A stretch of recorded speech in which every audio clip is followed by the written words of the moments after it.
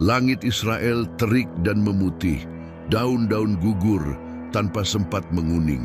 Sungai-sungai mengering seperti luka di atas tanah yang tak pernah lagi disentuh embun.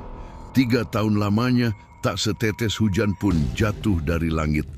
Langit bukan hanya tertutup, tapi tampak seperti besi yang memantulkan panas. Petani menatap sawah kosong, berharap pada harapan yang telah lama mati. Ibu-ibu memangku anak yang menangis karena haus. Kambing dan domba terkapar lemas di padang tandus. Tak ada lagi rumput, tak ada lagi buah. Semua menjadi saksi atas kemurkaan yang datang bukan dari manusia, tapi dari surga. Dan di tengah penderitaan itu, satu nama mulai dibicarakan, Elia. Dialah yang berseru kepada Raja Ahab, "Demi Tuhan, Allah Israel yang hidup, tidak akan ada embun atau hujan pada tahun-tahun ini, kecuali atas perkataanku." Orang-orang mulai membenci nama itu, karena di balik kelaparan dan kematian, ada suara keras seorang nabi yang tak gentar menyampaikan kebenaran.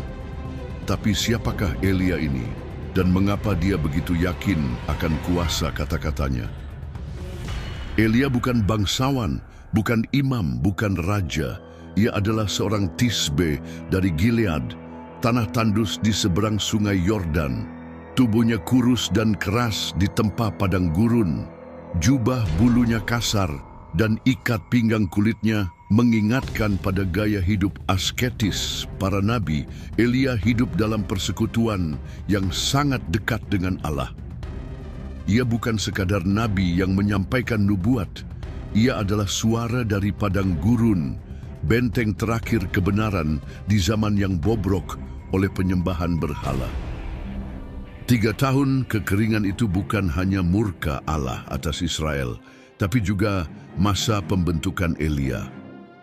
Ia diajar untuk mempercayai burung gagak, yang setiap pagi dan petang membawakan roti dan daging kepadanya di tepi sungai Kerit. Ia melihat bagaimana Tuhan menyediakan meskipun bumi menutup rahimnya. Ketika sungai pun akhirnya mengering, Tuhan mengutusnya ke Sarfat, wilayah penyembahan Baal, ke rumah seorang janda miskin. Di situ Elia menjadi saluran mujizat. Tepung tidak habis, minyak tidak kering, bahkan anak si janda yang mati dibangkitkan kembali oleh doanya. Elia tahu Tuhan tidak hanya menguasai langit, tetapi juga kehidupan dan kematian. Angin padang belantara membawa aroma kematian di Sarfat, kota kecil di negeri Fenisia, wilayah asing bagi bangsa Israel. Tempat itu dikenal sebagai pusat penyembahan Baal, dewa hujan dan kesuburan. Ironis, karena di tanah para penyembah dewa hujan, langit juga tertutup. Di kota ini, Elia menginjakkan kakinya dengan langkah lelah, namun hati penuh ketaatan. Tuhan telah berfirman, "Aku telah memerintahkan seorang janda di sana untuk memberi engkau makan." Janda itu tak bernama, tak berpangkat, sedang mengumpulkan ranting, matanya kosong, wajahnya pucat. Elia memanggilnya, "Ambillah bagiku sedikit air dalam kendi supaya aku minum." Dan saat ia pergi mengambil air, Elia menambahkan, "Bawakan juga sepotong roti di tanganmu." Wanita itu berhenti. Suaranya gemetar saat menjawab, "Demi Tuhan, Allahmu yang hidup, aku tidak punya roti, hanya segenggam tepung dalam tempayan dan sedikit minyak dalam buli-buli. Aku sedang mengumpulkan 2 potong kayu api, lalu aku akan pulang dan mengolahnya bagiku dan anakku. Setelah itu, kami akan memakannya dan mati." Lapar bukan sekadar rasa di perut mereka. Lapar sudah menjadi bagian dari jiwa. Harapan mereka tinggal satu suapan terakhir. Tapi Elia dengan suara penuh iman berkata, "Jangan takut. Pulanglah dan buatlah seperti yang kau katakan. Tetapi buatlah dahulu bagiku sepotong roti kecil. Sesudah itu barulah engkau buat untukmu dan anakmu. Sebab beginilah firman Tuhan, tepung dalam tempayan tidak akan habis, dan minyak dalam buli-buli tidak akan berkurang sampai hari Tuhan memberi hujan ke atas bumi." Sang janda menurut, ia percaya. Dan setiap hari sejak saat itu, ia menemukan mujizat dalam kesederhanaan. Tepung yang tak habis, minyak yang tak berkurang. Hari demi hari Tuhan memelihara mereka, namun ujian iman tak berakhir di situ. Beberapa waktu kemudian, anak lelaki janda itu jatuh sakit dan meninggal. Tangis sang ibu pecah. Apakah engkau datang hanya untuk mengingatkan dosaku dan membunuh anakku? Katanya pada Elia. Elia membawa anak itu ke atas, ke kamarnya, dan menangis kepada Tuhan. Ia membaringkan tubuh si anak sambil berseru, "Ya Tuhan Allahku, kiranya nyawa anak ini kembali kepadanya." Dan Tuhan mendengar anak itu hidup kembali. Elia menggendong anak itu turun, menyerahkannya kepada ibunya, dan berkata, "Lihat, anakmu hidup." Wanita itu menangis, tapi kini bukan karena duka, melainkan karena keyakinan. Ia berkata, "Sekarang aku tahu bahwa engkau adalah abdi Allah, dan firman Tuhan dari mulutmu adalah benar." Di negeri Baal, Tuhan menunjukkan kuasanya. Di rumah janda miskin, kehidupan ditanamkan kembali. Elia, hamba yang dibentuk dalam ketaatan, kini siap untuk pertempuran besar yang akan mengguncang seluruh Israel. Sementara itu, di kerajaan Israel, Raja Ahab gelisah. 3 tahun tanpa hujan telah menghancurkan negeri. Padang tandus, ternak sekarat, dan rakyat kelaparan. Tapi Ahab, bukannya bertobat kepada Tuhan, justru menyalahkan Elia. Baginya Elia adalah pembawa masalah, bukan nabi Tuhan. Dan semua itu tak lepas dari pengaruh sang istri, Isabel. Wanita Sidon ini bukan hanya cantik dan licik, tapi juga fanatik terhadap penyembahan Baal. Ia membangun kuil-kuil Baal, mendirikan mezbah-mezbah Asyera, bahkan memerintahkan pembunuhan para nabi Tuhan. Dalam istana itu suara Tuhan dibungkam dan suara berhala diagungkan. Namun ada seorang pengurus istana bernama Obadja yang takut akan Tuhan. Diam-diam ia menyelamatkan 100 nabi Tuhan dan menyembunyikan mereka dalam gua, memberi makan mereka dengan roti dan air, sementara di luar istana para nabi disembelih. Suatu hari Ahab berkata kepada Obadja, "Mari kita jelajahi negeri ini. Mungkin kita masih bisa menemukan rumput untuk ternak." Mereka pun berpisah, dan di tengah pencarian itu, Obadja berjumpa dengan Elia. Obadja ketakutan.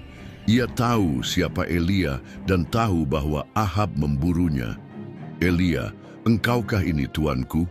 Elia menjawab dengan tenang, "Akulah, pergilah, katakan kepada Ahab bahwa aku ada di sini." Obadja panik. "Apa salahku hingga engkau menyerahkan aku kepada Ahab untuk dibunuh? Kalau aku memberitahunya, lalu roh Tuhan membawa engkau ke tempat lain, dia akan membunuhku." Elia menatapnya dengan yakin. "Demi Tuhan yang hidup, hari ini aku akan memperlihatkan diriku kepada Ahab." Obadja pun pergi. Ia membawa pesan itu kepada sang raja, dan tak lama kemudian Ahab berdiri di hadapan Elia. Mata sang raja tajam, suaranya penuh tuduhan. "Engkaukah itu yang mencelakakan Israel?" Elia tidak gentar. Ia bukan nabi yang bisa dibungkam oleh raja. "Bukan aku yang mencelakakan Israel," jawabnya, "melainkan engkau dan keluargamu, karena kamu meninggalkan perintah-perintah Tuhan dan mengikuti para Baal." Dan dengan suara kenabian yang penuh kuasa, Elia mengajukan tantangan terbesar dalam sejarah Israel. "Suruhlah sekarang, kumpulkan seluruh Israel ke Gunung Karmel bersama 450 Nabi Baal dan 400 Nabi Asyera yang makan di meja Izebel." Pertarungan telah diumumkan, api akan turun dan Israel akan menyaksikan siapa Allah yang sejati. Di seluruh penjuru Israel, kabar itu menyebar seperti api di padang rumput kering. Raja Ahab memanggil seluruh bangsa berkumpul di Gunung Karmel. Tidak hanya rakyat jelata, tapi juga para imam, tua-tua, prajurit, dan tentu saja 450 Nabi Baal dan 400 Nabi Asyera, pendeta-pendeta dari kepercayaan palsu yang didukung oleh istana. Suasana di Gunung Karmel pagi itu berat dan penuh ketegangan. Orang-orang berdatangan dengan wajah penuh pertanyaan dan ketakutan. Di satu sisi berdiri para nabi berhala Baal dan Asyera, mengenakan jubah-jubah mewah, membawa dupa dan lambang-lambang kuil mereka. Mereka tampak berwibawa, namun matanya resah. Di sisi lain, berdiri satu orang, Elia, sendirian. Jubah bulunya tertiup angin. Ia tidak membawa pasukan, tidak memiliki pengaruh politik, tidak memiliki pengawal, tapi ia membawa sesuatu yang lebih besar, otoritas dari Tuhan yang hidup. Lalu Elia melangkah maju, berdiri di hadapan seluruh rakyat. Suaranya menggema, lebih kuat dari tiupan angin yang menyapu perbukitan Karmel. Berapa lama lagi kamu berlaku timpang dan bercabang hati? Jika Tuhan itu Allah, ikutilah Dia. Tetapi jika Baal, ikutilah Dia. Dan sekali lagi, sunyi, tak satu pun menjawab. Hati mereka terbagi. Mereka takut pada raja, namun juga haus akan kebenaran. Mereka ingin mujizat, namun juga nyaman dengan dosa. Mereka tahu Elia adalah nabi, tapi mereka tak berani berdiri bersamanya. Melihat hal itu, Elia melanjutkan, "Akulah satu-satunya nabi Tuhan yang masih tinggal, tetapi nabi-nabi Baal ada 450 orang. Baiklah diberikan kepada kami 2 ekor lembu. Biarlah mereka memilih seekor lembu dan memotong-motongnya, lalu meletakkannya di atas kayu tanpa menaruh api. Aku pun akan mempersiapkan lembu yang lain, dan biarlah kami berseru kepada nama ilah masing-masing. Allah yang menjawab dengan api, Dialah Allah." Rakyat serentak berkata, "Baiklah, itu perkataan yang baik. Tantangan telah diterima, arena telah ditetapkan, Tuhan akan berbicara lewat api." Para Nabi Baal bersiap. Mereka memilih seekor lembu yang gemuk dan baik. Dengan sigap mereka menyembelihnya, memotong-motong dagingnya, dan menaruhnya di atas kayu di atas mezbah. Mezbah itu besar, dikelilingi oleh dupa dan simbol-simbol berhala, dan dihiasi dengan lambang kekuatan Baal, petir dan hujan. Lalu mereka mulai berdoa, "Ya Baal, jawablah kami." Mereka mengelilingi mezbah, menari, melompat, melolong. Mereka mengangkat tangan, menyanyi, dan berseru lebih keras lagi. Asap dupa mengisi udara, campur dengan keringat dan debu dari kaki mereka yang menari. Mereka percaya Baal adalah dewa cuaca, dewa api, dewa kekuatan. Tapi pagi menjelang siang tidak terjadi apa-apa. Elia memperhatikan dari kejauhan, dan ketika siang tiba, ia mulai mengejek mereka. Suaranya tajam, penuh sindiran, tapi juga membawa kebenaran. "Panggillah lebih keras. Bukankah dia Allah? Mungkin dia sedang merenung, atau mungkin sedang buang hajat. Siapa tahu dia sedang bepergian. Barangkali dia tertidur dan harus dibangunkan." Para Nabi Baal marah dan panik. Mereka mulai merobek jubah mereka. Mereka menghunus belati dan menoreh-noreh tubuh mereka sendiri, hingga darah mengalir deras. Tubuh mereka merah dan penuh luka. Namun mereka terus berseru-seru, "Ya Baal, jawablah kami." Tapi langit tetap diam. Sore menjelang dan para nabi mulai kehilangan suara. Mata mereka kosong, tubuh mereka gemetar karena kehilangan darah. Mereka kelelahan, frustrasi, dan terhina di hadapan seluruh bangsa. Dan Elia tahu ini saatnya. Matahari telah miring ke barat. Cahaya sore menyinari tubuh-tubuh para nabi Baal yang tercabik, berdarah, dan hampir tak sadarkan diri. Mereka telah menari, menjerit, menyayat-nyayat diri mereka sejak pagi, namun langit tetap diam. Api yang mereka harapkan tak pernah muncul. Tak ada kilat dari Baal, tak ada nyala dari mezbah mereka. Dupa telah habis. Darah telah menodai batu-batu mezbah, tapi Baal tak muncul. Namun para nabi itu terus mencoba, didorong oleh rasa malu dan ketakutan. Mereka tak hanya mempertaruhkan reputasi, tapi juga nyawa mereka. Bila mereka kalah, bukan hanya nama mereka yang hancur, tapi seluruh tatanan penyembahan Baal yang dibangun Izebel selama bertahun-tahun akan runtuh. Mereka berdiri goyah, mereka berseru dalam bahasa-bahasa yang tak dimengerti. Mereka menyembah kepada kekosongan. Sementara itu bangsa Israel hanya menatap diam. Mereka mulai menyadari sesuatu, bahwa Allah yang mereka puja selama ini ternyata tidak lebih dari patung bisu. Tiba-tiba terdengar suara Elia, "Cukup!" Seolah-olah dentuman petir telah menggema, padahal langit tetap biru keabu-abuan. Elia melangkah ke depan, lalu berkata kepada umat, "Datanglah dekat kepadaku." Umat itu yang sebelumnya diam, bimbang, dan menyaksikan tontonan yang sia-sia dari nabi-nabi Baal, kini mulai bergerak. Mereka mendekat, mereka ingin tahu apa yang akan dilakukan oleh hamba Tuhan ini. Mereka belum tahu bahwa apa yang akan mereka saksikan akan mengubah arah sejarah bangsa Israel. Elia berjalan perlahan ke arah sebuah reruntuhan, mezbah Tuhan yang telah dihancurkan oleh tangan-tangan para penyembah berhala. Batu-batunya berserakan, ditumbuhi lumut dan tak tersentuh selama bertahun-tahun. Ia mengumpulkan batu-batu itu satu persatu. 12 batu, satu untuk setiap suku Israel. Sebuah pernyataan bahwa Tuhan bukan hanya Allah Yehuda atau Israel bagian utara, tapi Allah seluruh bangsa. Dengan tangan yang kokoh dan penuh pengabdian, Elia membangun kembali mezbah itu. Setiap batu yang ditumpuk seperti mewakili panggilan kepada umat.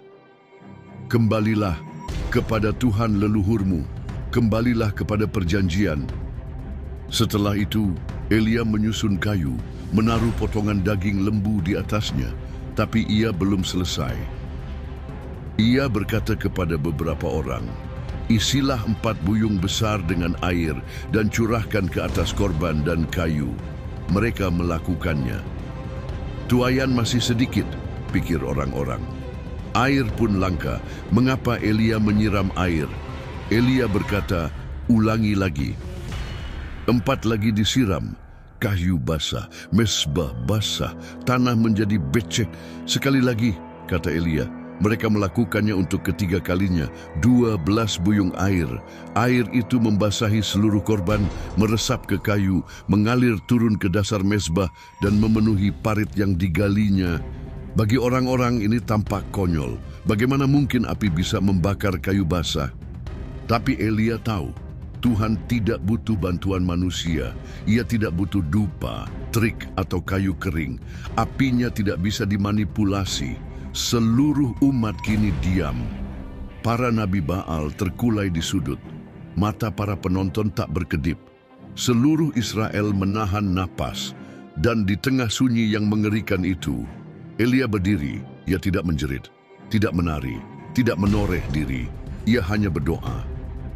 Dengan suara yang tenang dan penuh iman, ia berkata, "Ya Tuhan, Allah Abraham, Ishak dan Israel, pada hari ini biarlah diketahui bahwa Engkaulah Allah di tengah-tengah Israel, dan bahwa aku ini hamba-Mu, dan bahwa atas firman-Mu lah aku melakukan segala perkara ini. Jawablah aku, ya Tuhan, jawablah aku, supaya bangsa ini mengetahui bahwa Engkaulah Tuhan, Allah, dan Engkau yang memalingkan hati mereka kembali." Di tengah kerumunan ribuan orang, Elia berdiri seorang diri. Ia tidak membawa senjata, tidak memiliki pasukan, tidak bersembunyi di balik pengaruh politik. Yang ia miliki hanyalah iman yang sudah dibakar di padang gurun, dibentuk oleh kelaparan, disempurnakan oleh ketaatan. Dan sekarang ia berdiri di antara dua dunia, dunia manusia yang ragu dan dunia surga yang akan segera menjawab. Di balik dirinya, mezbah basah, batu-batu tua telah berdiri tegak kembali. Kayu dan daging dipenuhi air, parit penuh. Saksi manusia menatap penuh cemas. Elia menatap ke langit. Ia tidak memohon dengan tangisan histeris. Ia tidak mengiba-iba. Doanya pendek, penuh kuasa dan mengalir dari keyakinan. Ya Tuhan Allah Abraham, Ishak dan Israel, biarlah diketahui hari ini bahwa Engkaulah Allah di Israel. Jawablah aku, ya Tuhan, jawablah aku. Dan saat kalimat terakhir keluar dari bibirnya, sesuatu terjadi. Tiba-tiba langit terbuka, bukan hanya kilat, tapi api yang menyala dari atas, turun langsung ke atas mezbah Tuhan. Api itu membakar bukan hanya daging, tapi juga kayu, batu, tanah, bahkan air di parit pun mendidih, lalu menguap. Api Tuhan tidak hanya membakar korban, tapi menyapu semua keraguan. Orang-orang Israel yang sebelumnya diam dan bimbang, tersungkur ke tanah, wajah mereka menyentuh debu, teriakan pun pecah dari mulut ribuan orang, Tuhan, Dialah Allah, Tuhan, Dialah Allah. Suara itu seperti air bah, seperti gelombang pengakuan yang lama tertahan dan akhirnya pecah. 3 tahun kekeringan akhirnya dibuka oleh api pertobatan. Elia mengangkat tangannya dan berseru, "Tangkap nabi-nabi Baal itu, jangan seorang pun dari mereka lolos." Orang-orang segera bergerak, tak ada waktu untuk lari, tak ada tempat untuk bersembunyi. Para nabi palsu yang berdarah dan putus asa itu ditangkap satu persatu. Mereka dibawa ke sungai Kishon, dan di sana mereka dihabisi. Tuhan telah berbicara, kebenaran telah dinyatakan, penyembahan palsu telah dibasmi. Setelah api Tuhan membakar mezbah dan para nabi Baal dilenyapkan, Elia berdiri menghadap Raja Ahab. Wajah sang raja pucat. Ia menyaksikan semuanya, api dari langit, teriakan rakyat, dan pembantaian nabi-nabi yang selama ini menjadi penopang spiritual kerajaannya. Ahab tidak bisa berkata apa-apa. Ia gemetar namun tetap bungkam. Elia lalu berkata dengan suara pelan namun tegas, "Naiklah, makan dan minumlah, sebab bunyi derap hujan sudah terdengar." Aneh, langit masih biru pucat, tanah tetap retak, dan udara masih kering. Tapi Elia berkata bahwa hujan akan datang. Mengapa? Karena Elia tahu pertobatan telah membuka langit. Lalu Elia menaiki puncak Gunung Karmel sendirian lagi. Ia tidak bersama massa yang bersorak, tidak di tengah kemenangan euforia. Ia kembali ke tempat kesunyian, tempat paling cocok untuk berjumpa dengan Tuhan. Ia berlutut, menundukkan wajah ke tanah, dan menaruh kepalanya di antara lututnya. Sebuah postur kerendahan total. Elia, sang nabi besar yang baru saja mendatangkan api dari langit, kembali seperti seorang hamba.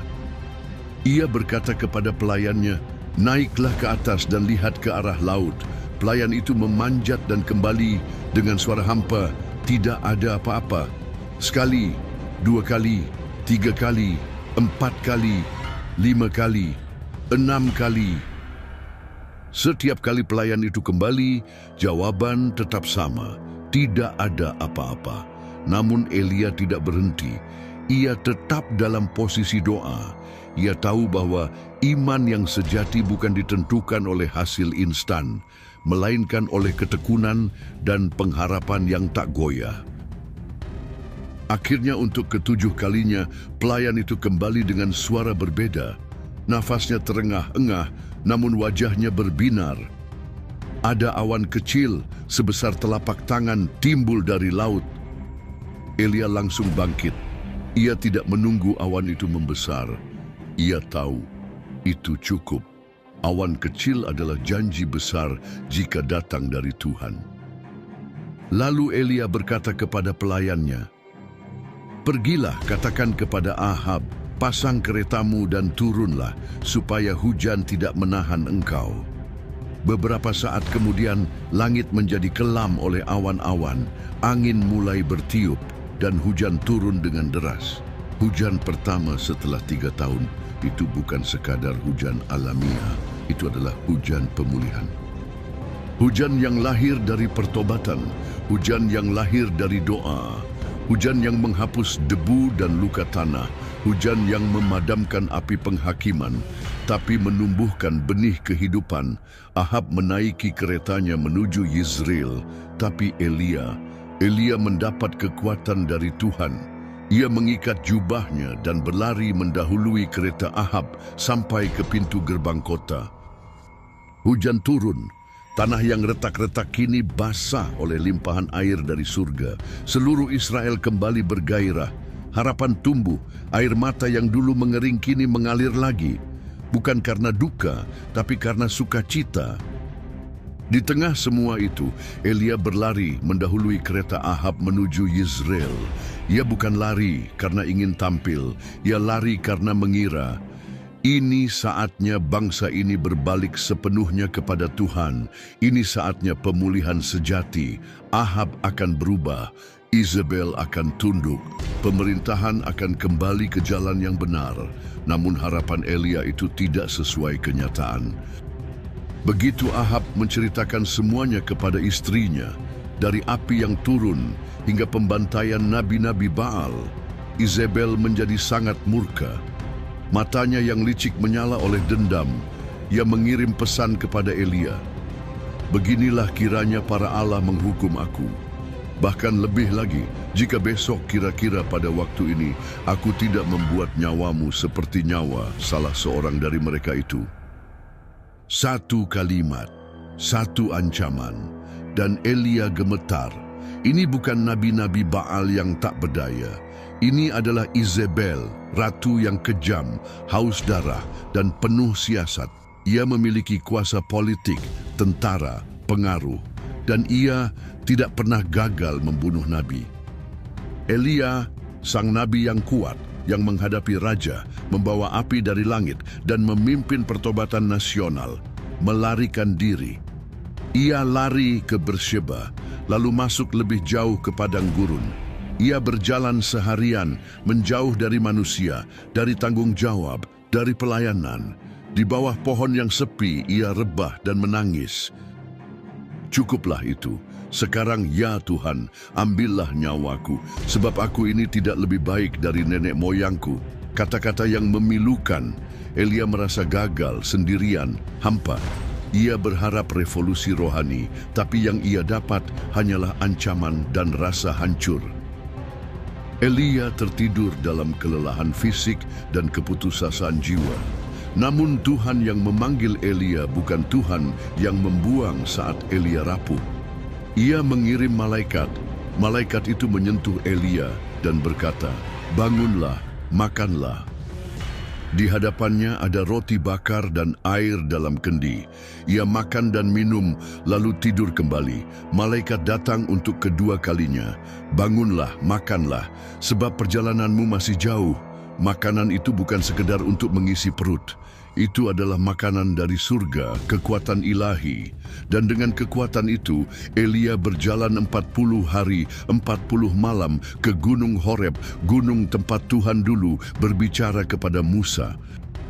Elia kembali ke tempat asal firman. Ia mencari wajah Tuhan, dan di sanalah dalam sunyi, ia akan mendengar suara yang tak disangka. Setelah 40 hari perjalanan panjang, Elia sampai di Gunung Horeb, Gunung Allah. Langkahnya lambat, tubuhnya lelah, dan jiwanya masih digelayuti rasa gagal. Horeb adalah tempat kudus, tempat Musa dulu menerima hukum Taurat, tempat suara Tuhan pernah mengguncang gunung dengan gempa dan petir. Namun Elia tak datang dengan semangat seperti Musa. Ia datang seperti seorang yang hancur. Di gunung itu ia masuk ke sebuah gua, sebuah ruang gelap, sunyi dan sempit, gambaran sempurna kondisi hatinya, dan Tuhan bertanya, "Apakah kerjamu di sini, Elia?" Suara itu bukan marah, bukan tuduhan, tapi lembut, penuh kasih, namun juga menantang hati. Elia menjawab dengan luapan hati, "Aku bekerja segiat-giatnya bagi Tuhan, Allah semesta alam. Karena orang Israel telah meninggalkan perjanjianmu, meruntuhkan mezbah-mezbahmu, dan membunuh nabi-nabimu dengan pedang. Hanya aku seorang diri yang masih hidup, dan mereka ingin mencabut nyawaku." Itulah suara seorang hamba yang patah. Ia merasa sendirian, meski sebenarnya ia tidak sendiri. Ia merasa tak berguna, meski langit telah terbuka karena doanya. Ia merasa ditinggalkan, padahal Tuhan sedang sangat dekat. Tapi Tuhan tidak membantahnya. Ia hanya berkata, "Keluarlah dan berdirilah di atas gunung itu di hadapan Tuhan." Elia keluar dari gua. Ia berdiri di depan tebing gunung. Angin mulai berhembus, angin besar dan kuat yang membelah gunung dan memecahkan batu-batu. Tapi Tuhan tidak ada dalam angin. Lalu datanglah gempa bumi, mengguncang tanah di bawah kaki Elia. Tapi Tuhan tidak ada dalam gempa. Setelah itu datanglah api, membara, membakar semak dan menghanguskan tebing. Tapi Tuhan tidak ada dalam api. Dan setelah api, datanglah suara yang kecil dan sepi, bukan gemuruh, bukan ledakan, bukan teriakan, hanya bisikan. Dan ketika Elia mendengarnya, ia menyelubungi wajahnya dengan jubahnya. Ia tahu Tuhan ada dalam suara itu. Tuhan hadir, bukan dalam kekuatan yang mengguncang, tetapi dalam kelembutan yang menyentuh jiwa terdalam. Tuhan bertanya lagi, "Apakah kerjamu di sini, Elia?" Dan Elia masih dengan nada putus asa mengulangi jawaban sebelumnya. Namun kali ini, Tuhan menjawab dengan cara yang menyegarkan. "Pergilah, kembalilah ke jalanmu melalui padang gurun ke Damsyik." Tuhan memberinya tugas baru. 1. Mengurapi Hazael menjadi Raja Aram. 2. Mengurapi Yehu menjadi Raja Israel. 3. Mengangkat Elisa bin Safat menjadi nabi penggantinya. Dan bukan itu saja, Tuhan membongkar kebohongan perasaan Elia. "Tetapi aku meninggalkan 7.000 orang di Israel, semua yang tidak sujud menyembah Baal, dan yang mulutnya tidak mencium dia." Elia pikir ia sendirian, tapi ternyata ada ribuan orang yang tetap setia.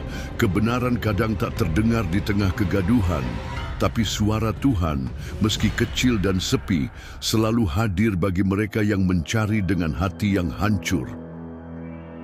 Setelah perjumpaan yang menyegarkan di Gunung Horeb, Elia tidak lagi berlari dalam ketakutan, melainkan berjalan dalam ketaatan baru. Ia telah menerima tugas baru dari Tuhan, dan salah satu yang paling penting, mengurapi Elisa sebagai pengganti. Ia pun kembali ke tanah Israel. Di lembah yang luas dekat Abel Mehola, Elia melihat seorang muda yang gagah, Elisa bin Safat, sedang membajak tanah dengan 12 pasang lembu. Elisa sendiri membajak dengan pasangan ke-12, tanda bahwa ia berasal dari keluarga yang kaya, namun tidak malas. Elia berjalan menghampirinya. Ia tidak berbicara apapun. Ia hanya melemparkan jubahnya ke atas Elisa. Sebuah tindakan simbolis yang dalam, pengurapan, penyerahan tongkat estafet. Elisa langsung meninggalkan lembu-lembunya. Ia berlari mengejar Elia dan berkata, "Izinkan aku mencium ayah dan ibuku, lalu aku akan mengikuti engkau." Elia menjawab, "Pergilah dan pulanglah dahulu. Bukankah aku telah melakukan sesuatu terhadapmu?" Elisa tahu ini bukan panggilan biasa, maka ia menyembelih lembu-lembunya, memakai alat bajaknya sebagai kayu bakar, dan memasak daging itu untuk diberikan kepada orang-orang. Tindakan itu bukan hanya perpisahan, itu adalah pemutusan masa lalu.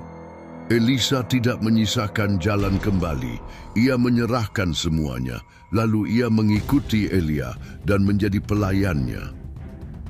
Dari hari itu, Elia tidak lagi sendiri. Tuhan telah menyediakan sahabat, murid, dan pewaris rohani. Hari-hari berlalu.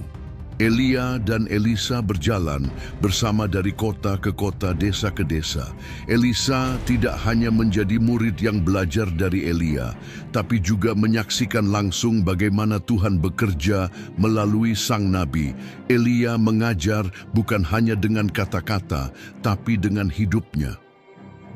Ia mengajarkan keberanian lewat konfrontasi dengan Ahab dan Izebel, keteguhan lewat doa-doa yang membuka langit, kerendahan hati lewat air mata di bawah pohon arar, kedekatan dengan Tuhan lewat perjumpaan di Gunung Horeb.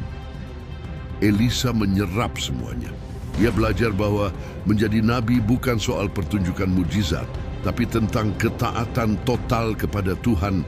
Bahkan di tengah ancaman dan kesendirian, Elia tahu waktunya hampir tiba. Tapi ia juga tahu Tuhan sudah menumbuhkan tunas baru. Di sepanjang hari-hari itu, Elia sering memandang Elisa dengan mata teduh. Ia tahu pengurapan yang dulu turun ke atasnya kini akan berlipat ganda dalam kehidupan muridnya. Hari-hari terus berjalan.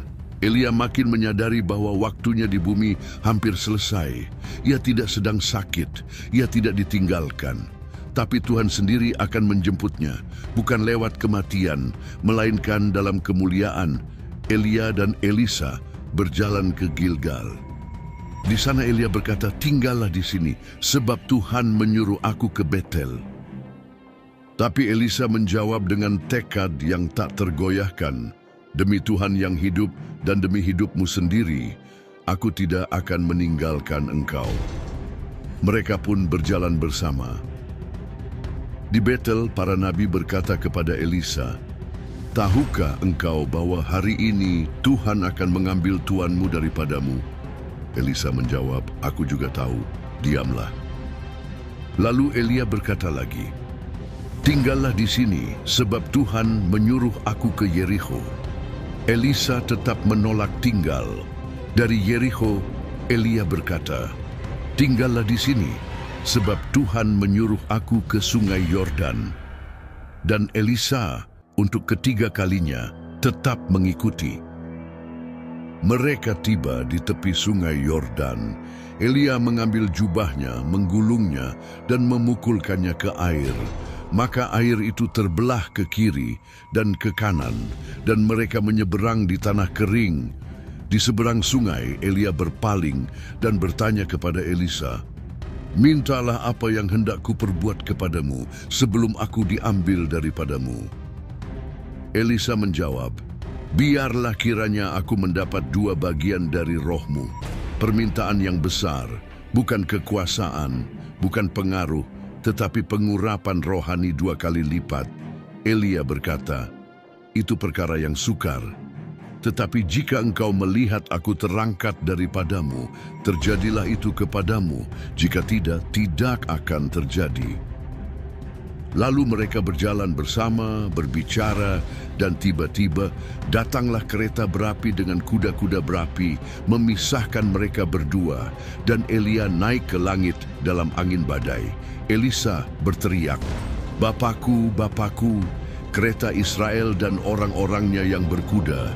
Ia melihat gurunya menghilang di balik awan, bukan mati tapi diangkat dalam kemuliaan. Elisa berdiri sendiri, sunyi, tak ada lagi suara langkah Elia di sampingnya. Ia merobek pakaiannya, tanda duka. Tapi kemudian ia melihat jubah Elia terjatuh. Ia mengambilnya bukan sekadar kain, itu adalah simbol pengurapan. Elisa berjalan kembali ke sungai Yordan.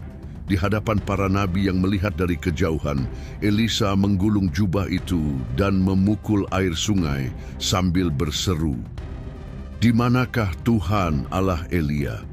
Air itu terbelah. Para nabi yang melihat dari kejauhan berseru, "Roh Elia telah hinggap kepada Elisa." Mulai hari itu, pelayanan Elisa dipenuhi kuasa 2 kali lipat. Ia menjernihkan air kota Yerikho, mengutuk ejekan dari anak-anak nakal, membelah sungai, membangkitkan orang mati, dan mengalahkan musuh-musuh Israel. Semua dengan kuasa Tuhan yang sama, bahkan lebih besar. Elia, sang nabi pembawa api, tidak mati seperti manusia biasa. Ia dibawa langsung ke hadirat Allah, namun warisan rohaninya tidak hilang, sebab ia melatih dan mewariskan. Kisah Elia bukan hanya tentang mujizat, tapi tentang iman, kesetiaan, keletihan, dan pemulihan. Dia adalah contoh nyata pertarungan rohani yang dimenangkan bukan oleh kekuatan fisik, tapi oleh ketaatan kepada Tuhan yang hidup. Dan dalam setiap generasi, Tuhan selalu mempersiapkan Elisa baru, dan selalu Tuhan menjawab dengan api. Tuhan Yesus memberkati.